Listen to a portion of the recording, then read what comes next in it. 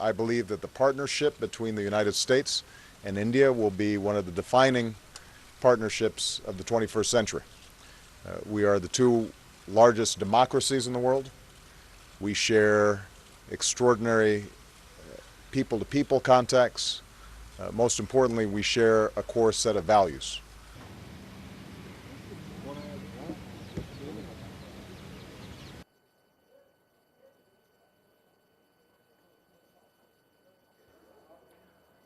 We welcome the decision by the United States to lift controls on exports of high technology items and technologies to India, and support India's membership in multilateral export control regimes such as the Nuclear Suppliers Group.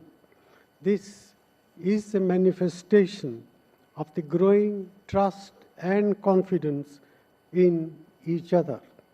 We have agreed on steps to expand our cooperation in space, civil, nuclear, defense, and other high-end sectors.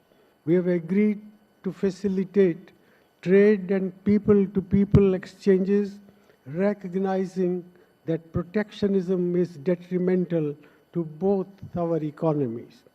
I conveyed our gratitude to the President for the cooperation we have received in our counter-terrorism measures post-Mumbai.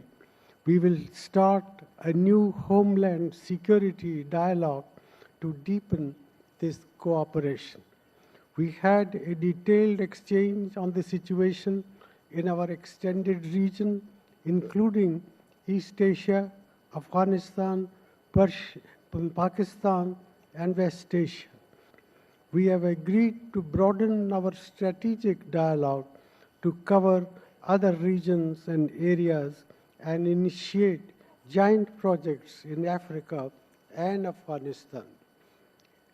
As states possessing nuclear weapons, we have today put forth a common vision of a world without nuclear weapons and decided to lead global efforts for non-proliferation and universal and non-discriminatory global nuclear disarmament.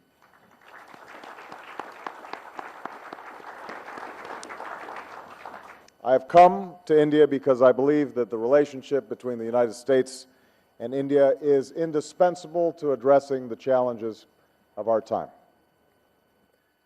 We've expanded trade and investment to create prosperity for our people.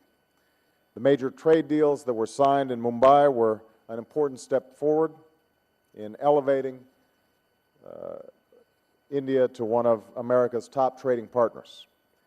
Today, I'm pleased to welcome India's preliminary agreement to purchase 10 C-17 cargo planes, which will enhance Indian capabilities and support 22,000 jobs back in the United States.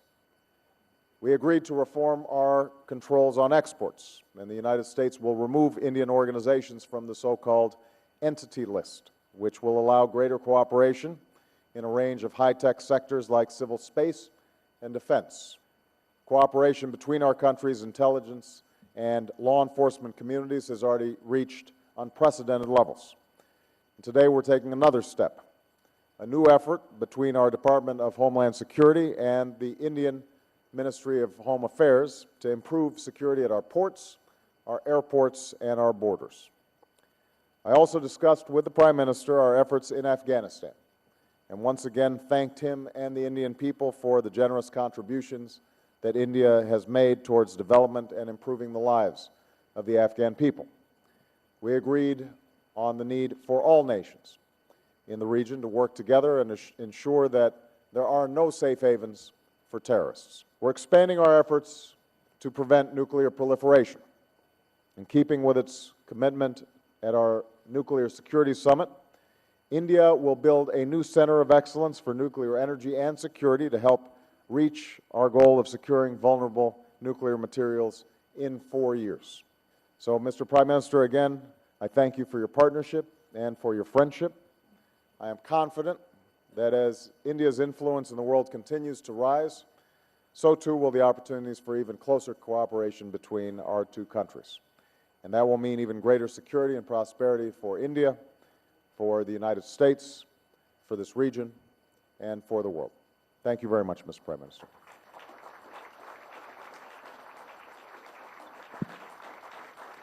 Thank you, Mr. President. As I said yesterday, I believe that both Pakistan and India have an interest in reducing tensions between the two countries. The United States cannot impose a solution to these problems, but I've indicated to Prime Minister Singh that we are happy to play any role that the parties think is appropriate in reducing these tensions. Mr. Prime Minister.